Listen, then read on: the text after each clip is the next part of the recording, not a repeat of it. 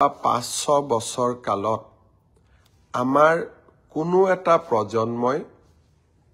এই বৃন্দাবনীৰ বস্ত্ৰখন স্বচক্ষুৰে বা সন্মুখৰ পৰা দেখিবলৈ পোৱা নাই। অৱশ্যে যিসকলে কেতিয়াবা লণ্ডনৰ মিউজিয়ামত গৈছে, কেতিয়াবা পেৰিছৰ মিউজিয়ামত গৈছে, সি এটা সুকীয়া কথা। যোৱা কেইবছৰমান আগতে ময়ো লণ্ডনৰ মিউজিয়ামত এই পবিত্ৰ বৃন্দাবনী বস্ত্ৰভাগ দৰ্শন কৰিছিলোঁ। বৃন্দাবনী বস্ত্ৰ বুলি ক'লে আমি চমুকৈ ইয়াকে বুজিম যে ভগৱান শ্ৰীকৃষ্ণই বৃন্দাবনত যি লীলা কৰিছিলে, যাক আমি ৰাস মহোৎসৱৰ সময়ত আমি তাক বিভিন্ন ভাওনাৰ জৰিয়তে প্ৰতিফলন কৰোঁ, সেই বৃন্দাবনত প্ৰভু শ্ৰীকৃষ্ণৰ লীলাক তাঁতশালেৰে মহাপুৰুষ শ্ৰীমন্ত শংকৰদেৱে এই বৃন্দাবনী বস্ত্ৰত অংকন কৰিছিল। বৃন্দাবনী বস্ত্ৰত বকাসুৰ বধ, কালিয়া দমন, এই গোটেইবিলাক ঘটনা ইমান ধুনীয়া নিখুঁত চিত্ৰৰে সৈতে মহাপুৰুষগৰাকীয়ে অংকন কৰিছিল যে তাক আমি নেদেখিলে আমি বুজিব নোৱাৰো ই আমাৰ কিমান ডাঙৰ এক অমূল্য সম্পদ। কালক্ৰমত এই বৃন্দাবনী বস্ত্ৰ তিব্বতলৈকে যায়, তিব্বতৰ পৰা লণ্ডনৰ মিউজিয়ামত কিছু অংশ আহি পৰে, কিছু অংশ পেৰিছৰ মিউজিয়ামলৈকে যায়, কিছু অংশ আমেৰিকাৰ বষ্টনৰ মিউজিয়ামত আছে, আৰু কিছু অংশ লছ এঞ্জেলেছৰ আমাৰ আমেৰিকাৰ লছ এঞ্জেলেছ মিউজিয়ামতো ই বৰ্তমান আছে। কিন্তু লণ্ডন আৰু পেৰিছত থকা বৃন্দাবনী বস্ত্ৰ দুভাগ যথেষ্ট ডাঙৰ, যথেষ্ট দীঘল, আৰু আমি যি বৃন্দাবনী বস্ত্ৰৰ কল্পনা কৰোঁ তাক উপযুক্তভাৱে প্ৰতিনিধিত্ব কৰে। বহুদিনৰ পৰা মোৰ মনত এটা ইচ্ছা আছিল যে এই বৃন্দাবনী বস্ত্ৰভাগ এবাৰ আমি অসমলৈ আনিব পাৰো নেকি। আমি কোনেও ইয়াক সাধাৰণ যি জনতা কেতিয়াও লণ্ডন মিউজিয়ামত যোৱা নাই, পেৰিছ মিউজিয়ামত যোৱা নাই, আমি কোনেও ইয়াক দেখা নাই। ক'ব গ'লে আমাৰ বহু প্ৰজন্ম এই বৃন্দাবনী বস্ত্ৰভাগ নেদেখাকৈয়ে এই পৃথিৱীৰ পৰা আঁতৰিও গৈছে। আমি অসম চৰকাৰে অসমৰ সভ্যতা সংস্কৃতিক লৈ সদায় সজাগ, আৰু আপোনালোকে দেখা পাইছে কেনেকে আমি 400 বছৰৰ জন্ম জয়ন্তীক লাচিত বৰফুকনক বিশ্বৰ বৰসভাত চিনাকি কৰি দিয়াৰ প্ৰচেষ্টা কৰিছিলোঁ। গুৰুজনাৰ জন্মভূমি বৰদোৱাক আমি কেনেকৈ সজাই পৰাই তুলিছোঁ। চৰাইদেউ মিউজিয়ামলৈকে বিশ্ব ঐতিহ্যৰ স্বীকৃতি,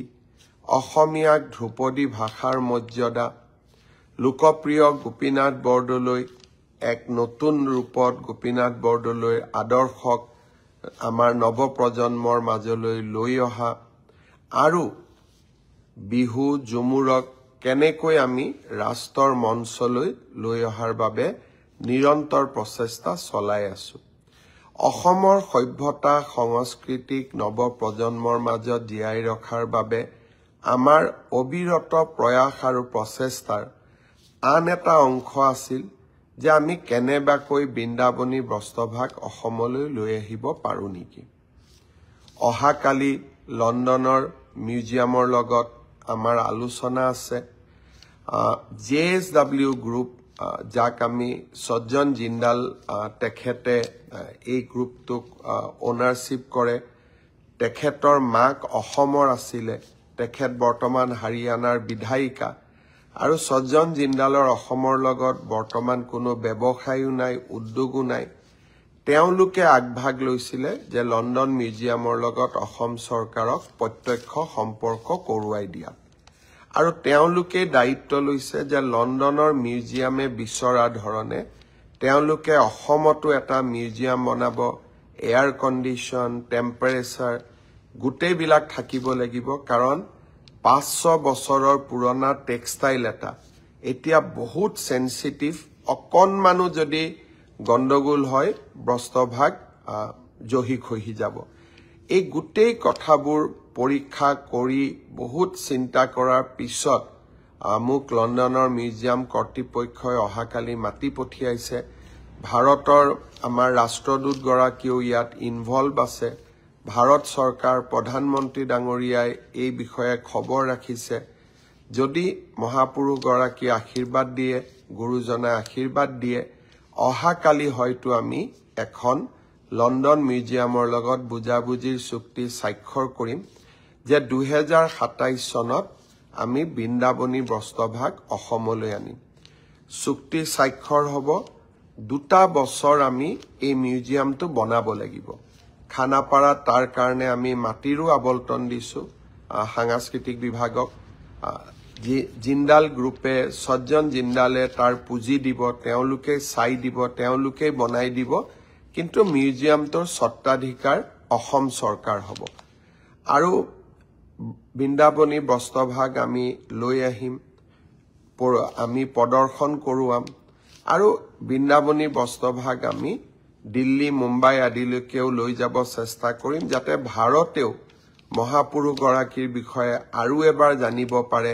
তেখেতৰ অমূল্য অৱদানৰ বিষয়ে জানিব পাৰে আৰু অসমীয়া সভ্যতা কিমান চহকী আছিল তাক যাতে ভাৰতবৰ্ষৰ আন জনগণেও জানিব পাৰে মিউজিয়ামটো হোৱাৰ ফলত আৰু এটা লাভ হ'ব যে আমি পৃথিৱীৰ বিভিন্ন মিউজিয়ামৰ পৰা আপুৰুগীয়া সম্পদসমূহ মাজে মাজে আমি অসমত আনি থাকিব পাৰিম আৰু অসমৰ পৰাও আমাৰ সম্পদসমূহ আমি বিশ্বৰ আন আন মিউজিয়ামলৈকে পঠাব পাৰিম আৰু আদান প্ৰদান এনেকৈ হৈ থাকিব এটা ডাঙৰ উদ্দেশ্য লৈ লণ্ডনলৈ যাম অসমবাসী ৰাইজৰ আশীৰ্বাদ বিচাৰিছো আৰু অহাকালি যদি গুৰুজনাৰ আশীৰ্বাদত সঁচাকৈ লণ্ডন মিউজিয়ামৰ লগত আমাৰ চুক্তি স্বাক্ষৰ হয় মই আপোনালোকক লগে লগে এই বিষয়ে অৱগত কৰিম